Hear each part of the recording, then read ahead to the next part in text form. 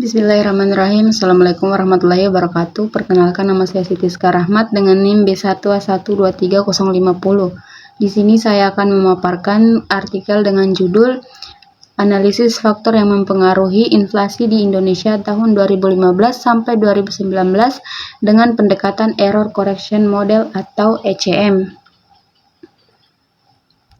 Baik, yang pertama, uji akar unit atau unit root test.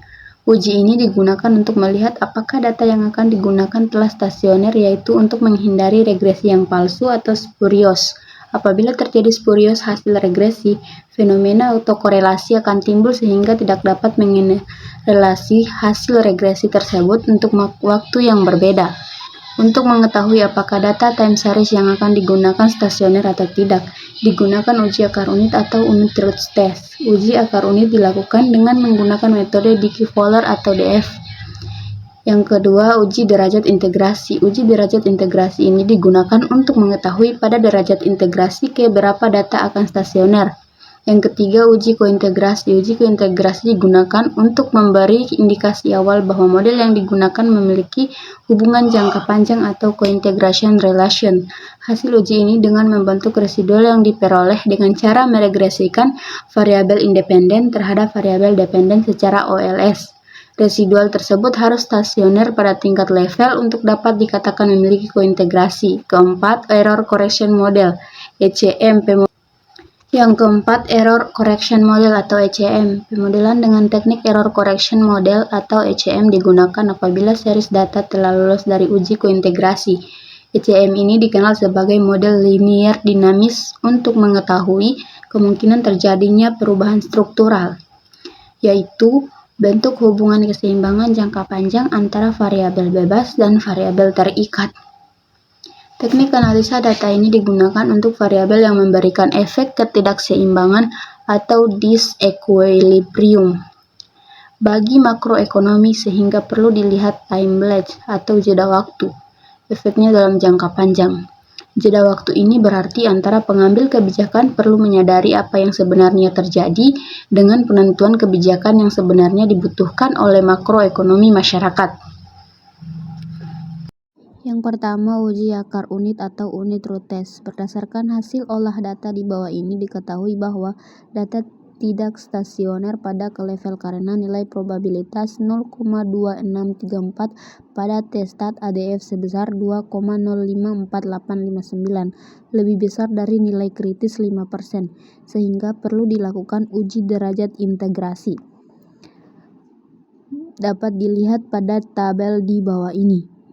Selanjutnya, uji derajat integrasi. Karena data variabel inflasi, e-money, kurs, dan SBI tidak stasioner pada data level, maka dilakukanlah uji derajat integrasi. Berdasarkan hasil olah data di bawah ini, diketahui bahwa seluruh data variabel telah stasioner. Selanjutnya, uji kointegrasi. Setelah dilakukan pengujian DF untuk menguji residual yang dihasilkan, didapatkan residual tidak stasioner pada dua level yang terlihat dari nilai T statistik yang tidak signifikan.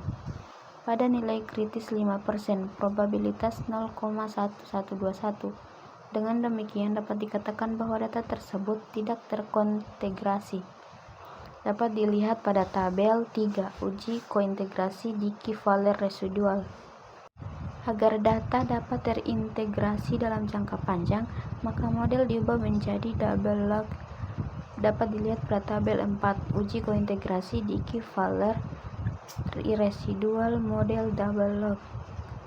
Setelah dilakukan pengujian DF untuk menguji residual yang dihasilkan, didapatkan bahwa residual stasioner pada data level yang terlihat dari nilai T statistik signifikan pada nilai kritis 5%, probabilitas 0,0000. Dengan demikian dapat dikatakan data tersebut terintegrasi. Selanjutnya, Error Correction Model atau ECM. Persamaan model double log selanjutnya digunakan untuk membentuk model persamaan regresi ECM dengan meregres model persamaan sebagai berikut. The log in sama dengan B0 tambah B1D atau e-money tambah B2D atau kurs tambah B3D atau log SBI tambah ECT kurang 1 tambah E. Dapat dilihat pada tabel 5, model persamaan regresi double loss dengan teknik ECM. Selanjutnya, hasil uji asumsi klasik. Yang pertama, multikolinearitas. Berdasarkan pengujian dengan metode korelasi parsial antar variabel independen, diperoleh bahwa tidak terdapat masalah multikolinearitas dalam model. Hal itu dikarenakan nilai senteret VIV tidak lebih dari 10. Dapat dilihat pada tabel 6, uji asumsi klasik multikolinearitas, variance inflation factors. Selanjutnya, heteroskedastisitas. Berdasarkan hasil pengolahan data pada jangka pendek, diperoleh bahwa nilai odds required atau hitung adalah 0,0677 lebih besar dari alfa sama dengan 5%. Maka dapat disimpulkan bahwa dalam model tidak terdapat masalah heteroskedastisitas dalam model ECM. Dapat dilihat pada tabel 7, uji asumsi klasik heteroskedastisitas. Selanjutnya, autokorelasi. Berdasarkan hasil perhitungan uji LM dalam jangka pendek, diketahui nilai AKIK terkecil pada latch pertama diperoleh nilai observed squared. Dalam hal ini, p-value observed square 0,0580 atau 0,5 lebih besar dari alfa sama dengan 5%.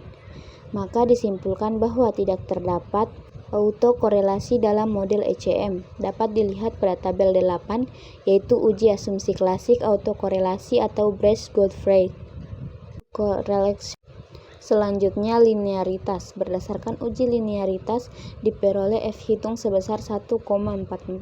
Maka dapat bahwa model yang digunakan adalah tepat karena probabilitas F statistik yaitu 0,5100 lebih dari 0,05. Dapat dilihat pada tabel 9, uji asumsi klasik linearitas Ramsey-Reset test. Baik, itu saja materi yang bisa saya paparkan. Lebih dan kurangnya mohon dimaafkan. Billahi taufik wal hidayah. Wassalamualaikum warahmatullahi wabarakatuh.